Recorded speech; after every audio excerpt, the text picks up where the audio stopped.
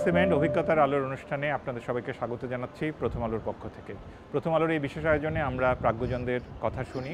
আজকে আমাদের সঙ্গে আছেন ডক্টর মোহাম্মদ কায়কোবাদ। তিনি বাংলাদেশ প্রকৌশল বিশ্ববিদ্যালয়ের কম্পিউটার কৌশল বিভাগের প্রধান ছিলেন, এখন ব্র্যাক বিশ্ববিদ্যালয়ের ডিস্টিংগুইশড প্রফেসর। স্যার, আপনাকে স্বাগত জানাই। অনেক ধন্যবাদ।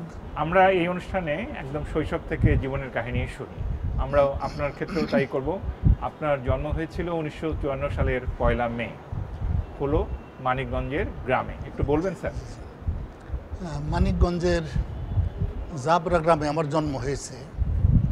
জাবরা গ্রামটি হলো মানিকগঞ্জ থেকে আরিচা যাওয়ার পথে একটা অত্যন্ত বড় সেতু পার হতে হয়। তার নাম হলো তরা সেতু। কালীগঙ্গা নদীর উপর যদি উজানের দিকে আমরা 2 কিলোমিটার যাই তাহলে বাঁ দিকে পড়বে জাবরা গ্রাম। তো নদীটা খুবই প্রমত্তা ছিল, অনেক পানি, বর্ষাকালে বিশেষ করে এটা খুবই প্রশস্ত ছিল। আচ্ছা স্যার, আপনি বলছিলেন যে আপনার দাদা পীর ছিলেন, আপনাদের বাড়িটা বড় ছিল, আর আপনার প্রাথমিক বিদ্যালয়ের কথাটা একটু বলছিলেন। জি জি, হ্যাঁ, আমার দাদার নাম মুন্সি এখলাসউদ্দিন আহমেদ। আপনার আব্বার নাম? আমার বাবার নাম আনিসউদ্দিন আহমেদ। দুজনই মৃত। তো দাদা সত্যিকারই পীর ছিলেন এবং খুব ভালো মানুষ ছিলেন। তার মুরিদান ছিল বিভিন্ন জেলায়, এবং আমাদের দেশে আমাদের বাড়িতে প্রতি বৎসর 2টি ওরস হতো। একটা হলো ভাদ্র মাসে আর একটা হলো মাঘ মাসে। মাঘ মাসের 3 তারিখ অনেক বড় ওরস হতো, সেখানে অনেক অনেক মানুষ আসতো। আপনার প্রাইমারি স্কুলের নাম স্যার? আমার প্রাইমারি স্কুলের নাম হলো জাবরা 1 নম্বর free primary school.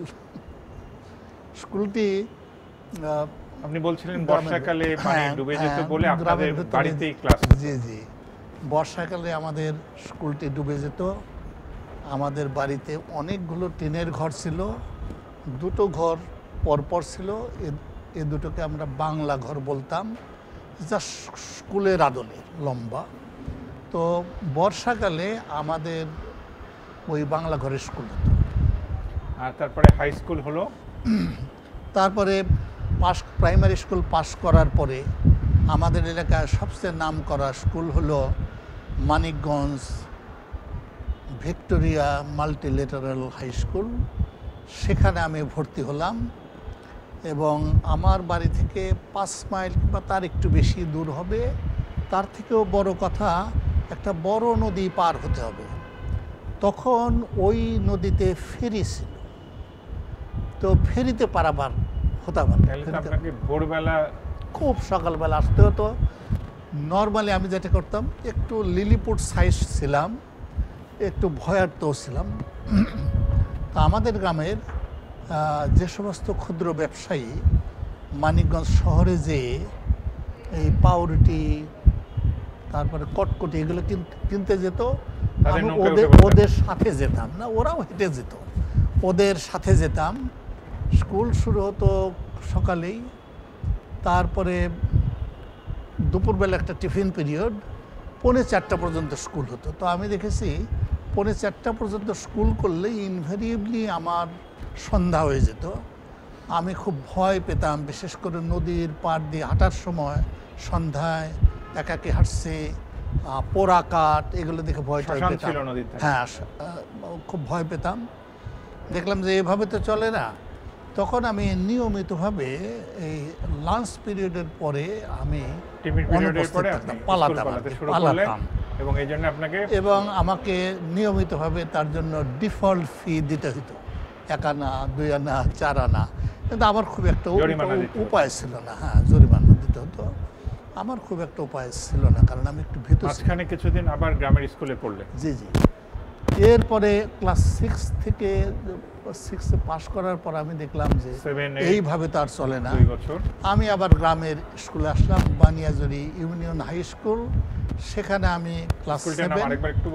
Baniajuri union high school. Baniajuri union high school, হ্যাঁ। তো এই স্কুলে ভর্তি হলাম। 2 বছর থাকলাম। আমার খুবই বাসনা ছিল ওখানে যাতে আমি পড়তে পারি, কিন্তু ওখানে দুর্ভাগ্যজনকভাবে সায়েন্স ছিল। বিজ্ঞান বিভাগ ছিল না। স্যাররা আমাকে আশ্বস্ত করছিলেন ওনারা পরিশেষে বিজ্ঞান বিভাগ পাবেন। এই জন্য আমি নবম শ্রেণীতে বেশ কিছুদিন ওই স্কুলে রইলাম। তারপরে আর যেহেতু পারা যাবে না, আমি আবার আমার পুরনো স্কুলে ফেরত আসলাম। এখন স্কুলটা খুব ভালো, তো ফেরত আসা আমার পক্ষে সম্ভব হলো, কারণ জুনিয়র স্কলারশিপ পেয়েছিলাম, আমি ওখানে চান্স পেয়ে গেলাম। তারপর আপনি মাধ্যমিক পরীক্ষা এসএসসি এসএসসি এটা পাশ করলেন কত সালে? এটা 1970 সালে। 1970 সালে আপনি একাদশ স্থান অধিকার করলেন সম্মিলিত মেধা তালিকায়। একাদশ স্থান দখল করেছিলাম এবং খুবই খুবই খুশি ছিলাম ব্যাপারটা নিয়ে। তা আমার মানিকগঞ্জ হাই স্কুলে খুবই ভালো ভালো বন্ধু ছিল। তার মধ্যে একজনের নাম হলো ডক্টর আব্দুল মালিক। উনি এখন ইউনিভার্সিটি অফ সাউথ ফ্লোরিডার কেমিস্ট্রির প্রফেসর। উনি আপনার সিনিয়র না সহপাঠী? না, একসাথে আমরা পড়তাম। সহপাঠী। উনি অ্যাবসলিউটলি অসাধারণ ছিলেন। উনি কত স্ট্যান্ড করেছিলেন? না, উনি স্ট্যান্ড করতে পারেন নাই, কিন্তু উনি আমার থেকে ভালো ছিলেন আসলে। আমি যখন 8ম শ্রেণীতে বৃত্তি পরীক্ষা দিতে আসি মানিকগঞ্জ ভিক্টোরিয়া মাল্টিলিটারাল হাই স্কুলে, তো বৃত্তি পরীক্ষা দেওয়ার সময় একজন স্যারকে বলতে হয় এ আমার ছাত্র। তো দুর্ভাগ্যজনকভাবে আমার ওই স্যার তখন আসেন নাই। তা আমার যে বন্ধু মালিক, সে স্যারদের বলে যে আমাদের স্কুলের ছাত্র ছিল, ওটা আমি পার হলাম। তো ওর বাসায় থেকে বৃত্তি পরীক্ষা দিয়েছিলাম আমি। আমাকে খুবই খুবই বলেছে যে না, গ্রামের স্কুলে পড়া যাবে না, কারণ ওখানে আমার প্রতিদ্বন্দ্বী নাই, আমি খুব ভালো করতে পারবো না, আমাকে এখানে আসতে হবে। ও অসাধারণ ছেলে। তা আমি এই স্কুলে ভর্তি হলাম। তারপর ওর সাথে খুবই সব কিছু ছিল শিক্ষণীয়। আমরা যে বায়োলজিতে বায়োলজিক্যাল নেমস, হ্যাঁ, বোটানিক্যাল নেমস, সব ওই নাম বলে ও গল্প করতো। তাই গল্পটা বোঝার জন্য আমাদের ওর অর্থটা আমাদেরকে জানতে হতো। হিবিস্কাস রোজা সাইনেন্সিস দেখলাম একটা, কেমন এখন বোঝেন, এখন আমার ওটা জানতে হবে। তো এইভাবে আমরা যখন বিকেলে হাঁটতাম, আমরা প্রচুর পড়ালেখা নিয়ে কথাবার্তা বলতাম। এর ফলে এটা খুবই লাভজনক হয়েছে। আপনার আশপাশে বই নাই, কিন্তু আপনি গল্প ছলে অনেক কিছু শিখছেন। এবং আমরা একজন আরেকজনকে ঠকানোর চেষ্টা করছি, এমন একটা প্রশ্ন ধরবো যাতে না পারে, কেমন, এগুলো সবই অত্যন্ত আকর্ষণীয় এবং আনন্দনীয়। তারপর স্যার ইন্টারমিডিয়েট পাস করলেন 73 ওই সালে। দেবেন্দ্র কলেজ থেকে 70-এর ব্যাচ, কিন্তু আমাদের স্বাধীনতা যুদ্ধ মুক্তিযুদ্ধের কারণে আমাদের পরীক্ষাটা বিলম্বিত হয় এবং আমার ধারণা 73 জুন জুলাইতে আমাদের পরীক্ষার ফলাফল বের হয়। তবে ওইবার প্রচুর নকল হয়েছিল, তার থেকেও বেশি নকল হয়েছিল 71 সালে মুক্তিযুদ্ধের পর প্রথম যে এসএসসি পরীক্ষা হয়, 72 সালের সেটা ম্যাট্রিক। একেবারেই না, অসম্ভব নকল হয়েছিল সেখানে। ওটা খুব দুঃখজনক ছিল, দুর্ভাগ্যজনক ছিল যে আমি তো এটা মেনে নিতে পারি নাই যে এইটা কিভাবে হয়। মানে মুক্তিযুদ্ধের মাধ্যমে আমরা স্বাধীন হলাম এবং আমাদের মূল্যবোধ, বিশেষ করে তরুণ প্রজন্মের যদি এইটা মূল্যবোধ হয়, তাহলে আমরা কোথায় দাঁড়িয়ে আছি। উচ্চ মাধ্যমিকে আর স্ট্যান্ড করা হলো না। না, এই কারণে। উচ্চ পরীক্ষার মাধ্যমিক পুরো না হয়, সিস্টেমটাই তো গড়বড় হয়ে গেছে। পরীক্ষার, হ্যাঁ, স্যাররা পরীক্ষার খাতা দেখবেন না, এই হারে নকল হয়েছে, এই পরীক্ষার খাতা দেখা যাবে না। কিন্তু শেষ মুহূর্তে ওনারা সিদ্ধান্ত নিলেন, পরীক্ষার খাতা দেখলেন। তারপরে আপনি চলে গেলেন সোভিয়েত ইউনিয়নে। রাইট। এর আগে এখানে ধরেন বুয়েটে ভর্তি পরীক্ষা দিয়েছি, সেখানে খুব ভালো করেছি। পদার্থবিজ্ঞানে ভর্তি পরীক্ষা দিয়েছি, মেডিকেলে ভর্তি পরীক্ষা দিয়ে সব জায়গায় আমরা ভালো করেছি। আমাদের মালিকও খুবই ভালো করেছে, কেমন। কিন্তু মনটাও উঠে গেল নানা কারণে। তখন আমি ভাবলাম যে একটা সুযোগ, বিদেশে যাওয়ার সুযোগ তো আমাদের এইরকম বড় হারে কখনো হয়নি। আমাদের সময় ইন্টারউইং স্কলারশিপ ছিল, যে পূর্ব পাকিস্তানের ছেলেমেয়েরা পশ্চিম পাকিস্তানে পড়তে পারতো অ্যান্ড ভাইস ভার্সা। তাছাড়া তো অন্য বড় কিছু ছিল না। তখন ওই সুযোগটা আমরা নিলাম। পূর্ব ইউরোপীয় দেশগুলোতে ফুল স্কলারশিপ নিয়ে আমরা পড়তে গেলাম। রাজশাহী কোন শহরে ছিলেন স্যার? প্রথমে গেলাম আস্ট্রাখান। এটা হলো ভলগা নদীর উপর, মানে ভলগা নদী কাস্পিয়ান সাগরে পড়ছে, তার আগে সবচেয়ে বড় শেষ শহর, সেখানে পড়েছে। অসাধারণ জায়গা। ওখানে কি পড়লেন? ওখানে হলো প্রিপারেটরি কোর্স বলে, যে রাসায়ন বিশ্ববিদ্যালয়গুলোতে পড়ার জন্য বিদেশি ছাত্রদেরকে আলাদাভাবে প্রস্তুত করা হয়, কিভাবে পদার্থবিজ্ঞান, রসায়নশাস্ত্র, জীববিজ্ঞান কিংবা গণিত কীভাবে লিখতে হয়, পড়তে হয়, বলতে হয়, সেগুলো আমাদের শেখালো। আমরা যেহেতু যথেষ্ট ভালো ছাত্র ছিলাম, আমরা এগুলো জানতাম, কিন্তু তারপরেও আমরা বুঝতে পারলাম যে আমাদের একটু দুর্বলতা আছে। আমরা ঠিক অতটা, যেমন ওরা তখন পিরিয়ডিক টেবিল পড়াতো অসাধারণভাবে, আমরা ঠিক ওইভাবে পড়ে যাই। আপনার সাবজেক্টটা কি ছিল? আমি পড়লাম হলো, প্রথমে আমি ভর্তি হয়েছিলাম শিপ বিল্ডিং ডিপার্টমেন্টে। এটা হলো ওডেসা শহরে। নর্মালি প্রিপারেটরি কোর্স শেষ করার পরে মানে বিভিন্ন জায়গায় নেভাল আর্কিটেকচারের মতো, নেভাল আর্কিটেকচারের মতো, রাইট, নেভাল আর্কিটেকচারের মতো। তো ওই বিষয়ে পড়তে গেলাম ওডেসা, এখন ওটার নাম হলো ওডেসা স্টেট ম্যারিটাইম ইউনিভার্সিটি। এখন ওডেসা ব্ল্যাক সির পারে আর কি, ওডেসা স্টেট ম্যারিটাইম ইউনিভার্সিটি। ওখানে শিপ বিল্ডিং ইঞ্জিনিয়ারিং পড়তে গেলাম। তো আমি ড্রয়িংয়ে খুবই দুর্বল ছিলাম, আমার ওটা ভালোও লাগতো না, কিন্তু ওখানে প্রচুর ড্রয়িং করতে হতো। তো আমি একসময় ডিনকে বললাম যে এই বিষয়ে আমি পড়ব না, আমি অন্য কোনো বিভাগে যাব, সেটা হলো অটোমাইজড ম্যানেজমেন্ট অফ মার্চেন্ট ট্রান্সপোর্ট। এটাই গেলাম। ওটাই যেতে একটু অসুবিধা হয়েছে, যে ফাইনাল আমি অটোমাইজ মানে আপনি কম্পিউটারের দিকে চলে আসলেন। হ্যাঁ, কম্পিউটার দিকে চলে আসলাম। কিভাবে বন্দর এবং জাহাজ এর ব্যবস্থাপনা করার জন্য আমরা কিভাবে কম্পিউটার ব্যবহার করতে পারি, এই যে আমরা ডেটাবেস বলি, ওই দিনগুলোতে আমরা ডেটাবেস শিখেছি, যখন নাকি ডেটাবেসের উপর কোনো বই ছিল না। রাশিয়া তো এখনো আমরা দেখতে পাই কম্পিউটার, অঙ্ক, গণিত এসবে খুব ভালো। বিশেষ করে এই যে আমাদেরকে যে অ্যান্টিভাইরাস কিনতে হয়, এটা তো রাশিয়ান। আবার সারা পৃথিবীতে যে সাইবার অ্যাটাক হয়, রাশিয়ানরা চাইনিজরা খুব ভালো করে, ওদের বুদ্ধি তার মানে খুব ভালো। হ্যাঁ, ওদের ডেভেলপমেন্টটা তো অসাধারণ হয়। আমি দেখেছি রাশিয়াতে একটা ছোট শিশু, সে স্কুলে যাবার আগে দাবার স্কুলে যায়। দাবার স্কুলে দুজন, এই 4 বছর, 5 বছর, 6 বছর বয়সী দুটি ছেলে কিংবা মেয়ে টেবিলের দুপাশে বসছে। আচ্ছা, তাহলে আমার একটা প্রশ্ন আছে, যে এই যে www কম্পিউটারের নেটটা, কিংবা অ্যাপল, কিংবা মাইক্রোসফট, সব কিছু আমেরিকান হলো কিভাবে, রাশিয়ানরা যদি এতই ভালো? ওরা তো তখন একটু ক্লোজ ছিল, ওরা তো বাইরে ছিল না। যেমন আমি আপনাকে বলতে পারি যে এই যে লিনিয়ার প্রোগ্রামিং এবং অ্যাসোসিয়েট অপটিমাইজেশন জিনিসটা, এটা কিন্তু রাশিয়ানরা করেছে। কিন্তু রাশিয়ানরা মনে করেছে এটা দিয়ে শ্রমিকদেরকে নানাভাবে এক্সপ্লয়েট করা যাবে, এই জন্য এই জিনিসগুলো কখনো বাইরে যায়নি। কেমন? এবং কান্তরভিস নামে একজন ইকোনমিস্ট 1975-এ তার 1938 সালের কাজের জন্য পুরস্কৃত হয়েছে। মানে ওই কাজটা বাইরে জনপ্রিয়তা লাভ করে নাই আর কি। তবে আমি আপনাকে ওইটুকু বলি, এই দুইটা বাচ্চা 16 দুগুণে 32টা গুটি ইনিশিয়াল পজিশনে আছে, তারা চাল না দিয়ে তারা ভাবে, ওরা জানে দাবার বোর্ড সামনে নিয়ে ভাবতে হয়, চাল দিতে হয় না কদাচিৎ। আমাদের দেশে তো বুড়ো মানুষগুলো চাল দিয়ে তারপর বলে তুক্কু আমি এটা দিব না। এইটা হলো সংস্কৃতি, এইটা হলো চিন্তার সংস্কৃতি। কেমন? ওদের ওখানে এটা আছে। কেমন? তারপরে স্যার আপনি ওখান থেকে, রাশিয়া থেকে কি বাংলাদেশে আসলেন? রাশিয়া থেকে আমি বাংলাদেশে আসলাম। বাংলাদেশে এসে, কত সালে? এটা হলো 1979-এ।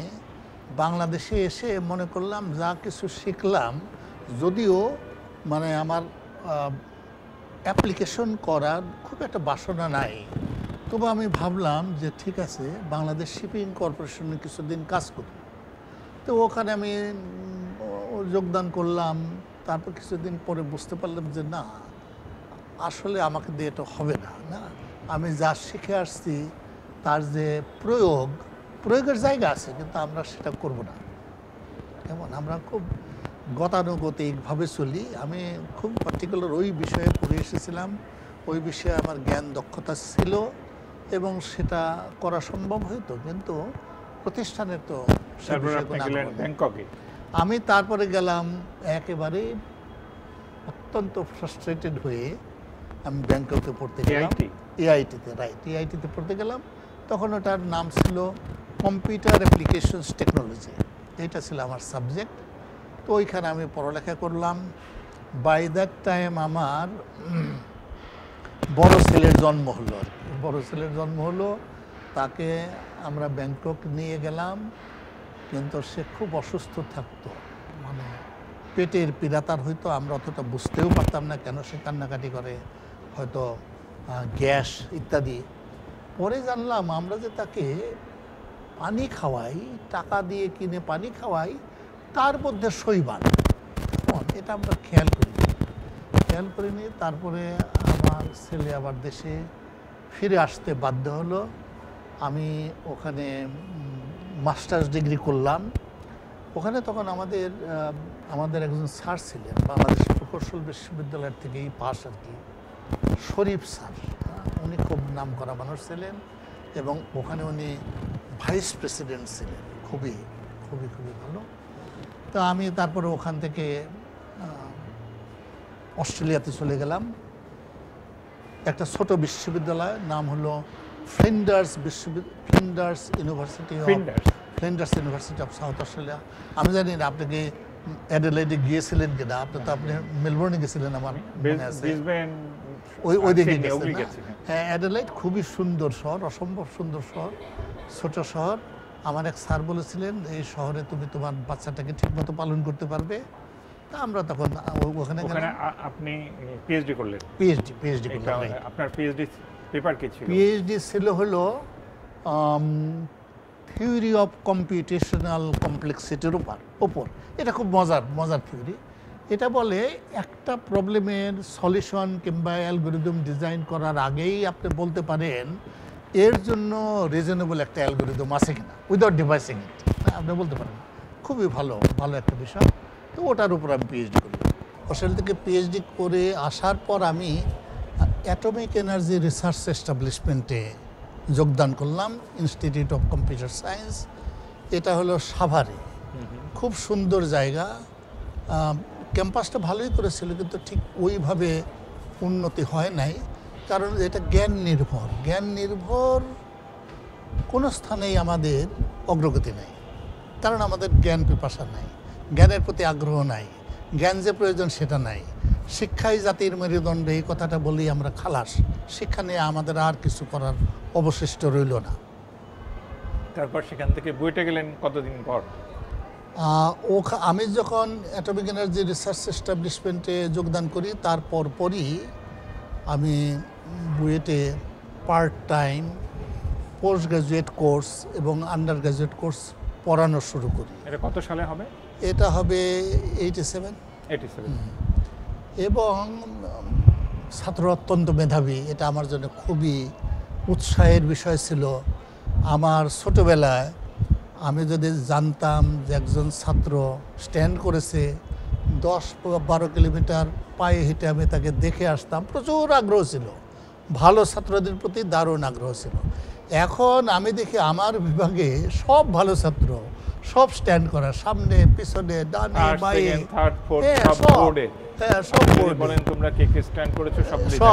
সব দাঁড়িয়ে যায়। এক্স্যাক্টলি, অসাধারণ ছেলেপেলে। তো এটা আমাকে দারুণভাবে অভিভূত করলো এবং আমি ভাবলাম যে এখানে যদি পড়ানোর সুযোগ পাই তাহলে খুব ভালো হবে। যাক, একটা সময় আমার সুযোগ হলো, সেটা 91-এর জানুয়ারি মাসে আমি এখানে জয়েন করলাম। তার আগে আমি পড়াতাম কম্পিউটার কৌশল বিভাগে। হ্যাঁ, আমরা তখন কম্পিউটার ইঞ্জিনিয়ারিং ডিপার্টমেন্ট বলতাম, পরবর্তীতে এটা পরিবর্তন করে কম্পিউটার সায়েন্স অ্যান্ড ইঞ্জিনিয়ারিং করা হয়েছে। তখন ডক্টর মাহবুবুর রহমান এটার প্রধান ছিলেন। উনি খুবই ভালো ছিলেন, অনেক চেষ্টা করেছেন ডিপার্টমেন্টের উৎকর্ষ যাতে অর্জিত হয়, উনি খুবই চেষ্টা করেছেন। যে আমরাও তার পাশে থেকে যতটা সম্ভব আমরাও অবদান রাখার চেষ্টা করেছি। অসাধারণ বিভাগ। তবে এর ফলাফল আরও অনেক বেশি ভালো হওয়া উচিত। আইআইটিগুলোতে যে ইনটেক, যে ছাত্র ঢোকে, আমাদের তো প্রায় একই রকম ছাত্র ঢোকে। ওদের যে অর্জন, হ্যাঁ, ওদের যে স্বীকৃতি, তার কিয়দংশ তো আমাদের হয়নি। কেমন, আমাদের ওই দিকে দৃষ্টি দেওয়া উচিত ছিল। আইআইটিগুলোর এত শোনা। বুয়েট থেকে অবসরে গেলেন কত সালে? 2020 সালে। প্রায় 30 বছর অধ্যাপনা করলেন। Right right. বুয়েট সম্পর্কে ভালো দিক কি দেখেন আপনি? বুয়েটের ভালো দিক হলো আমরা কিছুটা কনজারভেটিভ, আইন কানুন মেনে চলার চেষ্টা করি। এখনো ভর্তি পরীক্ষা, হ্যাঁ, ভর্তি পরীক্ষা যখন বলেন, এমনকি শিক্ষক নিয়োগ যখন আমরা করি, বিএসসি ইঞ্জিনিয়ারিংয়ে তার ফলাফলের যথেষ্ট গুরুত্ব দেই। 15 মিনিটের ভাইবায় একটা ছেলে খারাপ করলো না ভালো করলো, ওর থেকে আমরা গুরুত্ব দেই ও বরাবর ওর পারফরমেন্স কীরকম সেটাকে গুরুত্ব দেই। বাংলাদেশের মতো একটা দেশ যেখানে নাকি অনেক অনেক সমস্যা, সেখানে এটা খুবই গুরুত্বপূর্ণ। কেমন, কিন্তু সব দিক থেকে বিবেচনা করলে বুয়েট তো জাতীয় পর্যায়ে যে অবদান রাখার কথা ছিল সেটা রাখতে পারে নাই আমি মনে করি। স্যার, আমি বলি, প্রথমে ওই যে বললেন, যখনই আমিও আমাদের ক্লাসে সিভিল বললো যে কে কে তোমরা স্টান্ট করেছো, সব ভালো ছাত্ররা তো সব ইলেকট্রিক্যালে গেছে, কিন্তু তারপরেও সিভিলে যতজন, প্রায় পুরো ক্লাসই আমরা দাঁড়িয়ে গেলাম এই সেকশনে স্টান্ট করা না। তো আমাদেরকে প্রথম দিন বললো you are the cream of the cream. তারপরে এই ক্রিম অফ দ্য ক্রিমগুলিকে যে আমরা নিয়ে গেলাম বুয়েটে, 4 বছর পড়ালাম, পড়ানোর পরে ওই ছেলে মেয়েগুলো আমাদের জাতীয় পর্যায়ে কি অবদান রাখলো, এটা তো আমার একটা প্রশ্ন থেকেই যায়। হ্যাঁ, এটা ঠিকই বলেছেন, এটা দুঃখজনক। আমি যখন পড়ালেখা করতাম, 8ম শ্রেণী থেকে যারা 9ম শ্রেণীতে উঠতো, তাদের মধ্যে সবচেয়ে ভালো ছাত্র যারা, তারা বিজ্ঞান বিভাগে ভর্তি হতো, তারপর বাদ বাকি অন্যান্য বিভাগে যেত। সারা দেশেই যদি দেখেন, বিজ্ঞান বিভাগের ছাত্র ছাত্রী আমাদের দেশের কর্মকাণ্ডে কতটা সম্পৃক্ত। তারা যথেষ্ট মেধাবী, কিন্তু কর্মকাণ্ডে কিন্তু তারা দারুণ বেশি সম্পৃক্ত না, নাই, তাই না? এটা আমাদের সিরিয়াসলি ভাবতে হবে। কোনো সন্দেহ নাই, আমরা যদি বলতে চাই আমাদের বিজ্ঞান বিভাগের ছাত্রদের মধ্যে দেশের প্রতি ভালোবাসা তত বেশি গজায় না, সেটা আমাদের ছাত্রদের দোষ না। আমাদের যে সিলেবাস, সেগুলোকে পরিবর্তন করতে হবে, সেগুলো নিয়ে চিন্তা করতে হবে। দেশের সবচেয়ে মেধাবী ছাত্র যারা, তারা যদি দেশের কর্মকাণ্ডে, দেশের সমস্যা সমাধানে অবদান রাখতে না পারে, তাহলে এটা দেশের জন্য চরম দুর্ভাগ্য। জামিল রেজা চৌধুরী স্যারকে আমরা গণিত অলিম্পিয়াডে পেলাম, আপনি তো একসঙ্গে অনেক কাজ করেছেন। জামিল রেজা চৌধুরী স্যারকে মনে পড়েন আপনার? অবশ্যই মনে পড়ে। অসাধারণ মানুষ ছিলেন, অত্যন্ত তীক্ষ্ণদী ছিলেন, স্মৃতিধর মানুষ ছিলেন। আমার মনে পড়ে একবার মধ্যরাতে আমার স্ত্রীর বুকে ব্যথা, তিনি আমাকে বললেন, আমি ভয় পেয়ে গেলাম, কারণ উনি অত্যন্ত স্বাস্থ্য সচেতন মানুষ। তা আমি তখন পরিবাগে থাকতাম, বারডেমে নিয়ে গেলাম। তো সৌভাগ্যজনকভাবে ওখানে যে কর্তব্যরত চিকিৎসক, উনি আমাকে চিনতেন। উনি বললেন যে সম্ভবত ভাজা পোড়া খাওয়ার জন্য হয়েছে, এবং জানা গেল উনি ভাজা পোড়া খেয়েছেন। আমি বললাম তাও একটু হাসপাতালে থাকুক, আমি কোরিয়াতে যাব কিছুদিনের জন্য। হাসপাতালে উনি রইলেন। সকালবেলা জামিল স্যারের সাথে দেখা, আমি বললাম এরকম। উনি সাথে সাথে ডিজি সাহেবকে ফোন করলেন, ফোন করে বললেন দেখভালটা যাতে খুব ভালো করে করা হয়। এবং আমাকে পরে বললেন, এই ডিজি এর আগে কোথায় ছিলেন, তার আগে কোথায় ছিলেন, তার আগে কোথায় ছিলেন, আর গত ডিজি এখন কোথায় আছে। অবাক করা কাণ্ডে এত তথ্য ওনার মাথায় কীভাবে ধরে, এবং যথাসময়ে উনি সেটা বলতে পারেন। উনি আমার এই ধানমন্ডির দিকে হাঁটতেন, আমার স্ত্রীর সঙ্গে দেখা হতো বা আমার বোনের সঙ্গে দেখা হতো। দেখা হলে প্রথমে জিজ্ঞেস করবেন আনিস কেমন আছে, এরপরে আমার 4 ভাই বোনের প্রত্যেকের সম্পর্কে আলাদা আলাদা করে জিজ্ঞেস করবেন। এটা তো অদ্ভুত, অসাধারণ আর কি।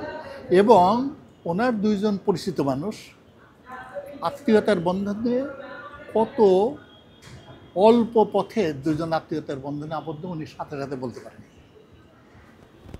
স্যার, এরকম মেধাবী তীক্ষ্ণধী মানুষ আমাদের যারা আছে, তাদেরকে নিয়ে তো আপনি বলেন এবং লেখেন, যেমন জামিল রেজা চৌধুরী স্যারকে নিয়েও তো আপনার বই আপনি লিখেছেন।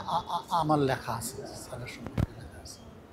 আমি চেষ্টা করেছি যে আমি যেটা বললাম যে উন্নত বিশ্বের বিজ্ঞানীদের সম্পর্কে যখন লিখি, আমাদের ছাত্রছাত্রীরা হয়তো দারুণভাবে উদ্বুদ্ধ হইতে পারে না। ওর নাম তো নিউটনের মতো না, ওর নাম তো আইনস্টাইনের মতো না, মনেই করতে পারে যে আমাদের দিয়ে এগুলো হবে না। এই জন্য আমি আমার বইতে একটা বই আছে, মেধাবী মানুষের গল্প, ওইটা পরবর্তী মেধাবী ও বিনয়ী মানুষের গল্প লিখেছে। তো ওখানে কিন্তু আমাদের দেশের যারা মেধাবী, আমি যাদেরকে চিনি তাদের সম্পর্কে আমি লিখেছি উদ্বুদ্ধ করার জন্য ছেলে মেয়েদের। স্যার, আমরা কথা বলছিলাম যে এই যে এফআর খান সম্পর্কে।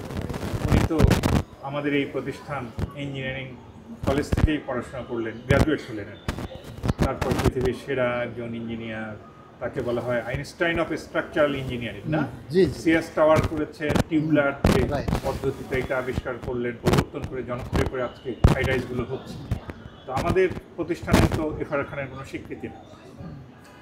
এটা আসলে দুঃখজনক। এত বড় মাপের একজন স্নাতক আমরা তৈরি করেছি, সারা বিশ্বে তার যে পরিমাণ সুনাম।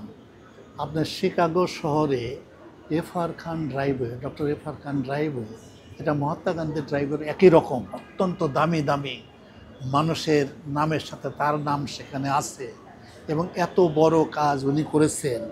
এবং আহসানুল্লাহ ইঞ্জিনিয়ারিং কলেজের স্নাতক হিসাবে আমরা তো সবসময় বলবই আমাদের বুয়েটের গ্র্যাজুয়েট নিয়ে আমরা অত্যন্ত গর্ববোধ করব।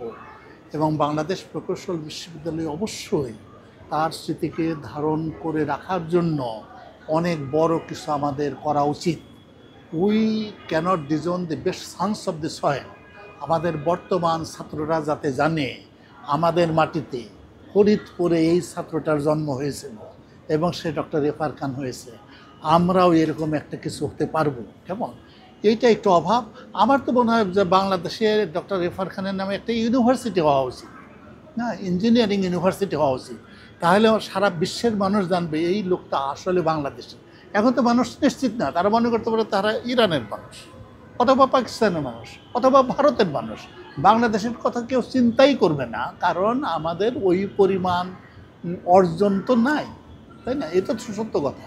কিন্তু বাংলাদেশের মানুষ তো একসময় যথেষ্ট। কবিগুরু রবীন্দ্রনাথ ঠাকুরের হাত দিয়ে এশিয়ায় প্রথম নোবেল পুরস্কার আসছে, এটা চারটিখানি কথা না, তাই না? এগুলো তো আমাদের রীতিমতো সেলিব্রেট করা উচিত, প্রতিনিয়ত আমাদের বলা উচিত। জগদীশচন্দ্র বসু সম্পর্কে বলা উচিত যে আমাদের মুন্সিগঞ্জের সন্তান, উনি প্রথম রেডিও আবিষ্কার করেছিলেন।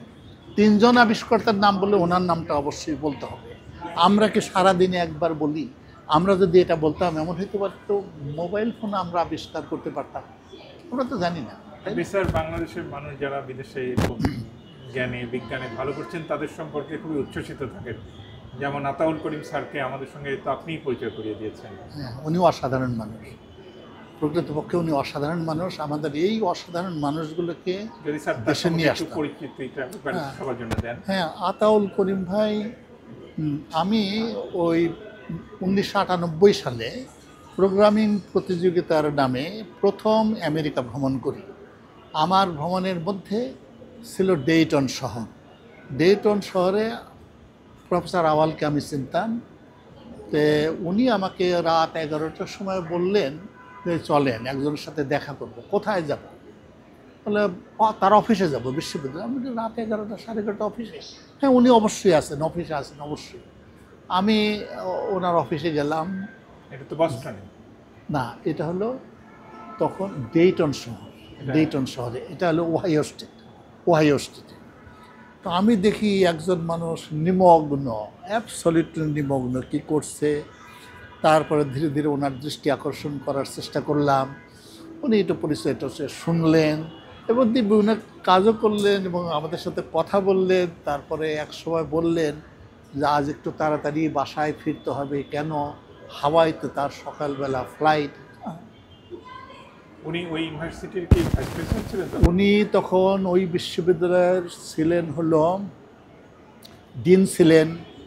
তারপরে ওই আমেরিকানের যে প্রকল্প সেটার প্রধান ছিলেন। অপটিক্যাল কম্পিউটিংয়ের যে উনি ডাইরেক্টর ছিলেন, এটা হলো শুরু, অপটিক্যাল কম্পিউটিংয়ের শুরু। উনি তো একজন পুরোধা।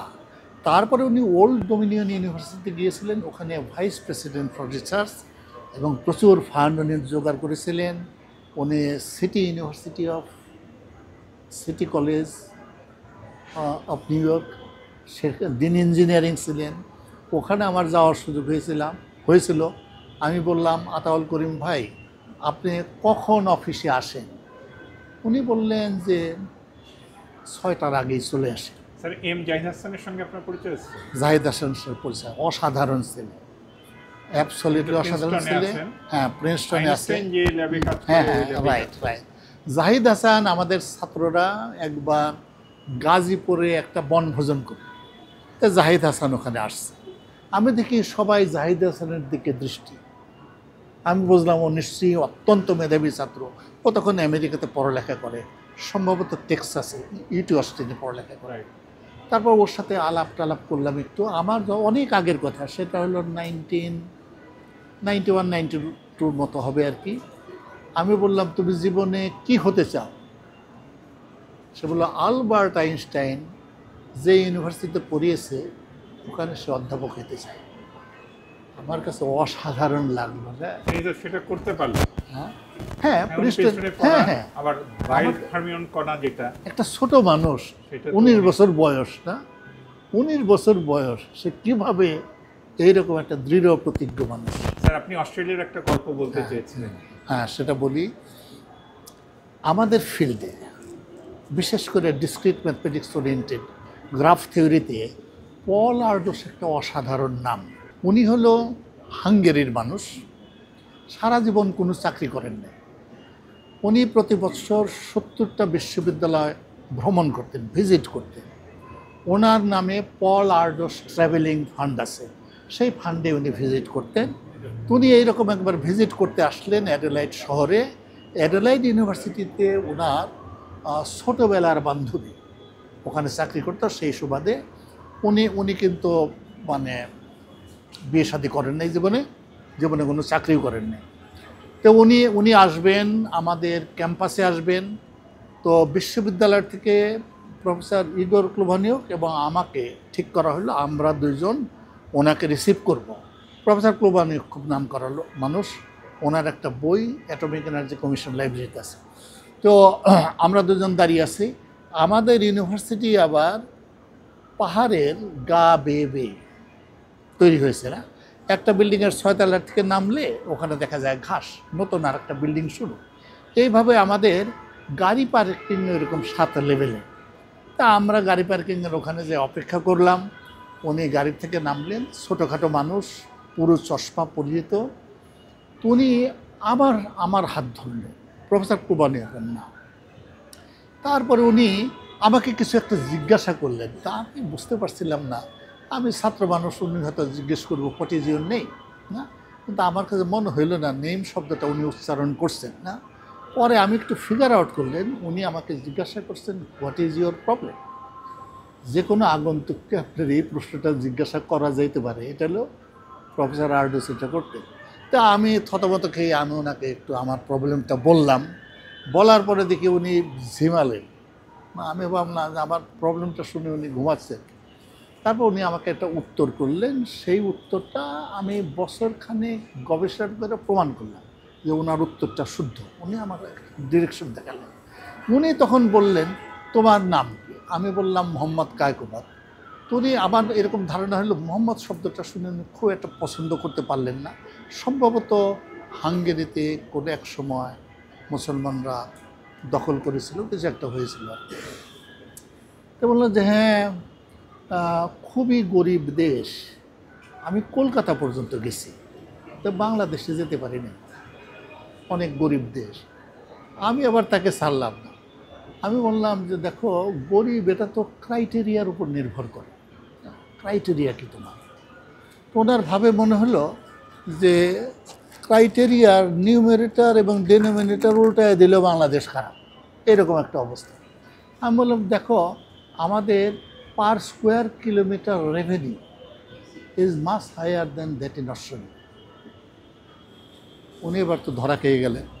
আমাদের তখন প্রতি বর্গ কিলোমিটার 650 জন মানুষ, অস্ট্রেলিয়াতে হলো 3 জন। এই একটা কথা বলায় উনি এতই খুশি হলেন যে আমি ওনার ব্যাগটা ক্যারি করার যোগ্যতা অর্জন করলাম।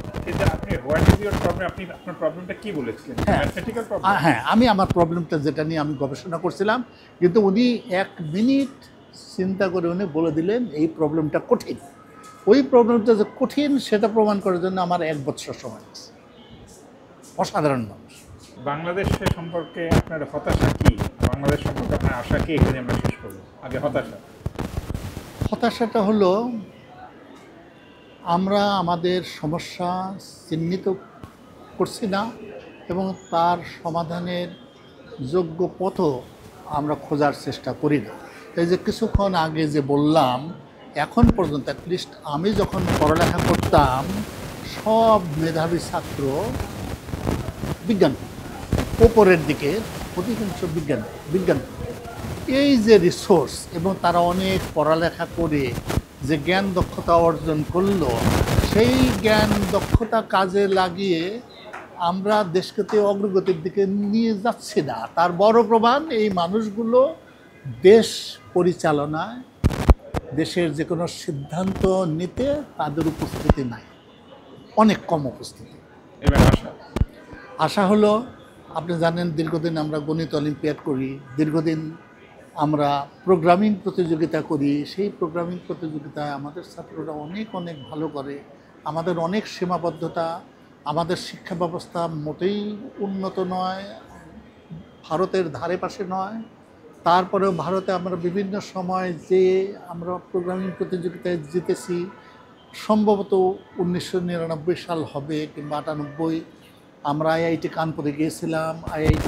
সেখানে IBM ইন্ডিয়ার কর্ণধার প্রধান উনি আসলেন আমাদের প্রধান অতিথি হইয়া। উনি বললেন, আজ আমরা বিশ্ব সুন্দরী হলাম, আগামীকাল প্রমাণ করব মেধায়ও আমরা শ্রেষ্ঠ। সেই যে প্রতিযোগিতা হলো, সেই প্রতিযোগিতার প্রবলেম সেট তৈরি করেছিলেন আইআইটি কানপুরের শিক্ষকরা, বিচার কার্যও তারাই করেছিলেন।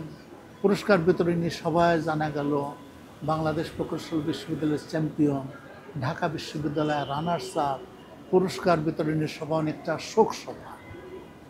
ওরা চিন্তাই করতে পারে নাই ওই দিনগুলোতে তো বাংলাদেশে সব ধরনের সমস্যা, কেমন হরতাল, ধর্মঘট, ক্লাস বন্ধ, সব নেতিবাচক জিনিস, রাজনীতিতে হানাহানি।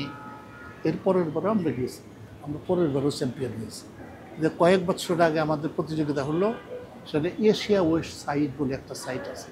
সেই এশিয়া ওয়েস্ট সাইটে বুয়েট কিন্তু চ্যাম্পিয়ন হয়েছে। মানে ভারতের কত আইআইটি আছে, শরীফ ইউনিভার্সিটি অফ টেকনোলজি আছে, এগুলোকে পেছনে ফেলে আমাদের ছাত্ররা চ্যাম্পিয়ন হয়েছে। এই যে IOI যে হয়, ইন্টারন্যাশনাল অলিম্পিয়াড ইন ইনফরমেটিক্স, সেখানে আমাদের ছাত্ররা ভালো করে। বেশিরভাগ সময় আমরা জিতে আসি, পার্শ্ববর্তী দেশের থেকে ভালো করি। এগুলো বলে যে বুদ্ধিবৃত্তিক কর্মকাণ্ড, মেধাভিত্তিক কর্মকাণ্ডে আমাদের এক ধরনের প্রাধান্য আছে। এইটাকে আমাদের ব্যবহার করা উচিত। সীমিত সম্পদের দেশ, সব জায়গায় বিনিয়োগ করে আমরা সুবিধা করতে পারবো না, আমাদের দেখে বিনিয়োগ করতে হবে। দর্শক মণ্ডলী, এতক্ষণ আমাদের সঙ্গে থাকবার জন্য ধন্যবাদ। আমরা প্রথম আলোর আয়োজনে ক্রাউন সিমেন্ট অভিজ্ঞতার আলো এই অনুষ্ঠানে আজকে অধ্যাপক ডক্টর মোহাম্মদ কায়কোবাদ স্যারের কথা শুনলাম। তিনি বলছিলেন যে আমরা পৃথিবীর অন্য জাতিগুলোর সঙ্গে সব বিষয়ে প্রতিযোগিতা করে হয়তো ভালো করব না, কিন্তু একটা বিষয়ে আমাদের ভালো করার সম্ভাবনা আছে, ঐতিহ্য আছে এবং প্রমাণ আছে, তা হচ্ছে মেধার ক্ষেত্রে। কাজেই আমাদের প্রধান বিনিয়োগ হওয়া উচিত মেধায়, এবং সেই মেধা যেন আবার দেশের কাজে লাগে সেই জন্য আমাদেরকে ভাবতে হবে। আপনারা সবাই ভালো থাকুন। স্যার, আপনাকে অনেক ধন্যবাদ।